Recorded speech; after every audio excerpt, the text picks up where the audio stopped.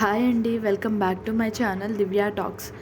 నేను ఈరోజు వీడియోలో మార్గశిర మాస విశిష్టత మరియు పండుగల గురించి షేర్ చేస్తానండి.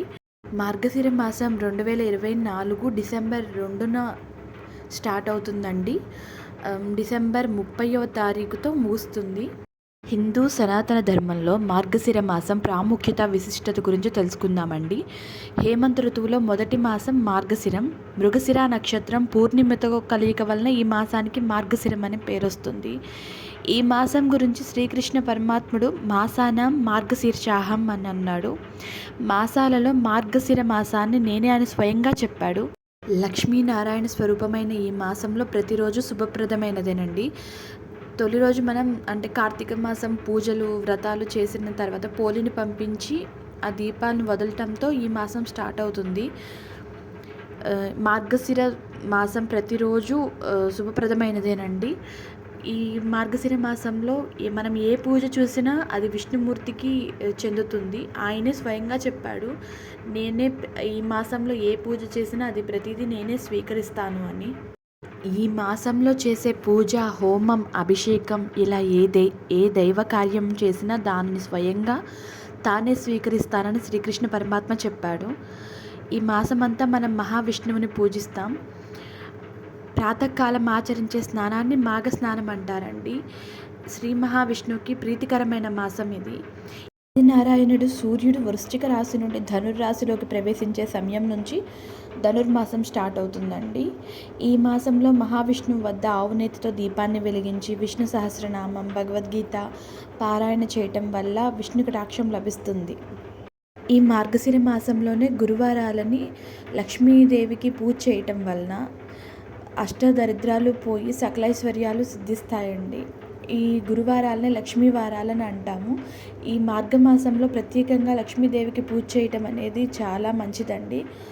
ఈ మాసం లక్ష్మీనారాయణులకిద్దరికీ చాలా ఇష్టమైన మాసం.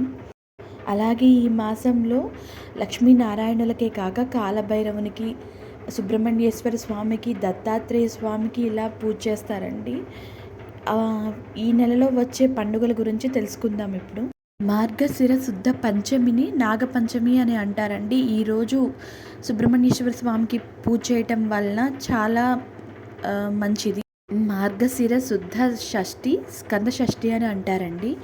ఈ షష్ఠి రోజు సుబ్రహ్మణ్యేశ్వర స్వామిని పూజించడం వలన సంతానం ప్రాప్తిస్తుందని నమ్మకం. మార్గశిర అష్టమిని కాలభైరవ అష్టమి అంటారండి. శివుని మనోరూపమే భైరవుడు. భైరవుణ్ణి శరణు కోరితే మృత్యుభయం పోతుంది. ఈరోజు గంగా స్నానం చేసిన, పితృతర్పణం చేసిన చాలా మంచిదండి. లౌకిక బాధల నుండి విముక్తి లభిస్తుంది. మార్గశిర ఏకాదశిని మోక్షద ఏకాదశి అంటారండి. ఈరోజు విష్ణువుకి చాలా ప్రీతికరమైన రోజు. ఈ రోజున మనం విష్ణు సహస్రనామాన్ని పారాయణ చేయటం వలన, ఉత్తర ద్వార దర్శనం వలన మోక్షం లభిస్తుందని చెప్తారు. మార్గశిర శుద్ధ త్రయోదశి నాడు హనుమద్ భక్తులు హనుమద్ వ్రతం చేస్తారు. మార్గశిర శుద్ధ పౌర్ణమి నాడు దత్తాత్రేయ జయంతి. ఆ రోజు దత్తాత్రేయుడు అవతరించిన రోజు. ఈ మార్గశిర పౌర్ణమినే కోరల పౌర్ణమి అని కూడా అంటారండి. ఈరోజు విశేషంగా పూజ చేయటం వలన మనకేమన్నా దీర్ఘకాలిక రోగాలు ఉంటే అవి తొలగిపోతాయని నమ్మకం. మార్గశిర మాసంలోని గురువారాలు చాలా ప్రత్యేకమైనవండి. ఈరోజు లక్ష్మీదేవికి పూజ చేయటం వలన, దత్తాత్రేయుని పూజించడం వలన దరిద్రాలు తొలగిపోయి లక్ష్మీ కటాక్షం సిద్ధిస్తుందని నారదుడు, పరాశరుడు తెలిపినట్లు పురాణాల్లో కథనం ఒకటి ఉందండి. ఈ మార్గశిర మాసంలోనే భగవద్గీతని శ్రీకృష్ణుడు మనకి బోధించాడు. ఈ మార్గశిర మాసంలోనే మనం గీతా జయంతి కూడా జరుపుకుంటాం కదండి. ఇంకా మార్గశిర మాసంలోనే ధనుర్మాసం స్టార్ట్ అవుతుందండి. మార్గశిర మాసంలో 15 రోజులు, పుష్యమాసంలో 15 రోజులు కలిపి మనకి ధనుర్మాసం స్టార్ట్ అవుతుంది. 2024 సంవత్సరంలో డిసెంబర్ 16వ తేదీ నుండి ధనుర్మాసం స్టార్ట్ అవుతుందండి.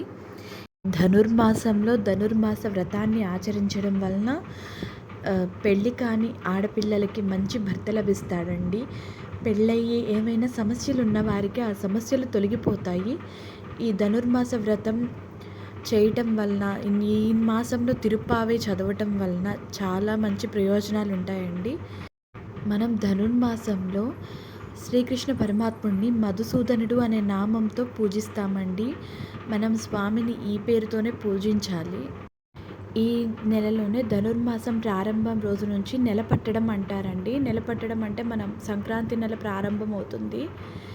అప్పటి నుంచి అంటే డిసెంబర్ 16వ తేదీ నుండి ముగ్గులు వేయటం స్టార్ట్ చేస్తారు.